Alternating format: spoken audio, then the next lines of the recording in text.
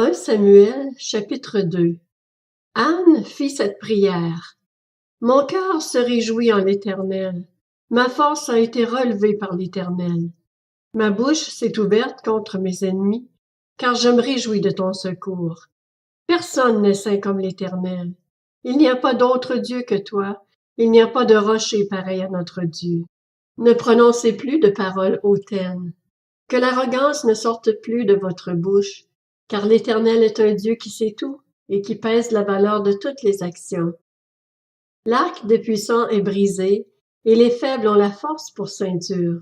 Ceux qui étaient rassasiés se louent pour du pain, et ceux qui étaient affamés se reposent. Même la stérile accouche 7 fois, et celle qui avait beaucoup d'enfants devient flétrie. L'Éternel fait mourir et il fait vivre. Il fait descendre au séjour des morts, et il en fait remonter. L'Éternel appauvrit et il enrichit, il abaisse et il élève. De la poussière il retire le pauvre, du fumier il relève le faible, pour les faire asseoir avec les grands, et il leur donne en possession un trône de gloire. Oui, c'est à l'Éternel qu'appartiennent les fondements de la terre, et c'est sur eux qu'il a établi le monde. Il gardera les pas de ses bien-aimés, tandis que les méchants seront réduits au silence dans les ténèbres. En effet, l'homme ne triomphera pas par la force. Les ennemis de l'Éternel trembleront. Du haut du ciel, il fera gronder son tonnerre contre eux. L'Éternel jugera les extrémités de la terre. Il donnera la puissance à son roi, et il relèvera la force de celui qu'il a désigné par onction. Elkana repartit chez lui à Rama, et l'enfant resta au service de l'Éternel devant le prêtre Élie.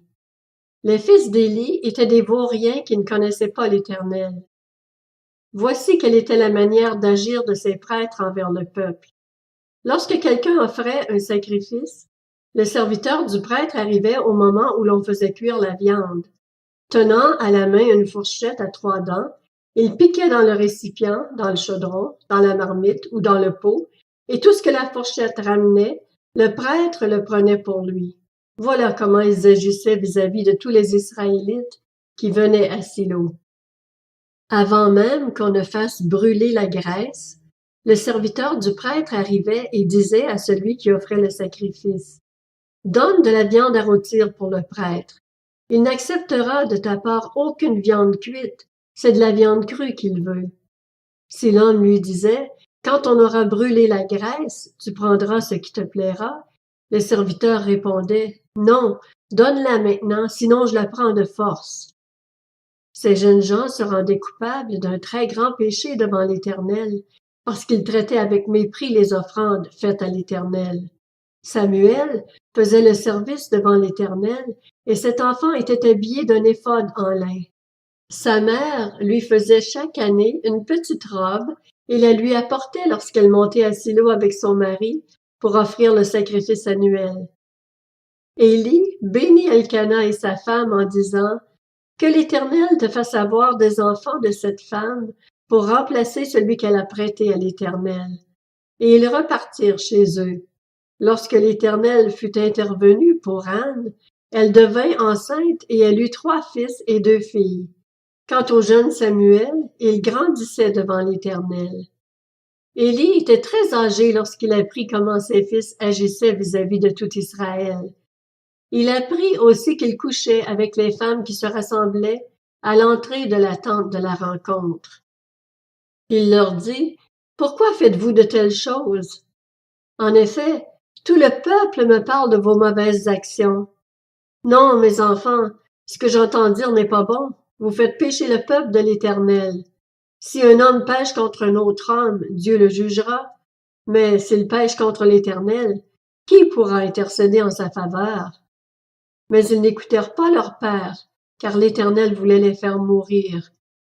Le jeune Samuel continuait à grandir, et il était agréable aussi bien à l'Éternel qu'aux hommes. Un homme de Dieu se rendit vers Élie et lui dit, « Voici ce que dit l'Éternel. Ne me suis-je pas révélé aux membres de ta famille lorsqu'ils étaient en Égypte et étaient esclaves du Pharaon? Je les ai choisis parmi toutes les tribus d'Israël pour être à mon service en tant que prêtre pour monter à mon autel, pour brûler le parfum, pour porter les fautes devant moi, et j'ai donné à la famille de ton père tous les sacrifices passés par le feu qu'offrent les Israélites. Pourquoi traitez-vous avec mépris mes sacrifices et mes offrandes, ceux que j'ai ordonné de faire dans ma demeure?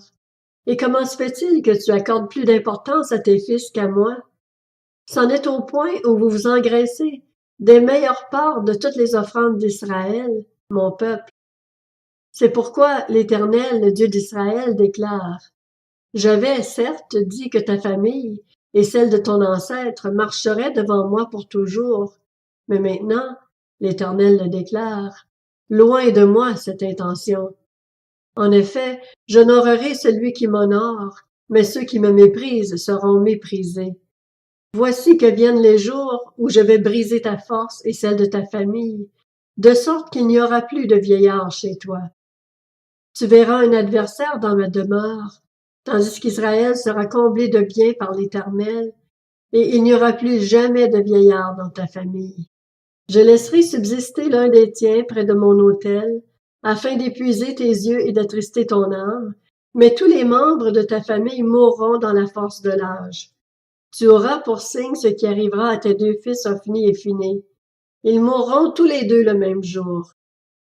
Je ferai surgir pour moi un prêtre fidèle qui agira selon mon cœur et selon mon désir. Je lui construirai une maison stable et il marchera toujours devant celui que j'aurai désigné par onction. Tous les membres restants de ta famille viendront se prosterner devant lui pour avoir une pièce d'argent et un morceau de pain. Ils diront: Je t'en prie, rattache-moi à l'une des fonctions de prêtre, afin que j'aie un morceau de pain à manger.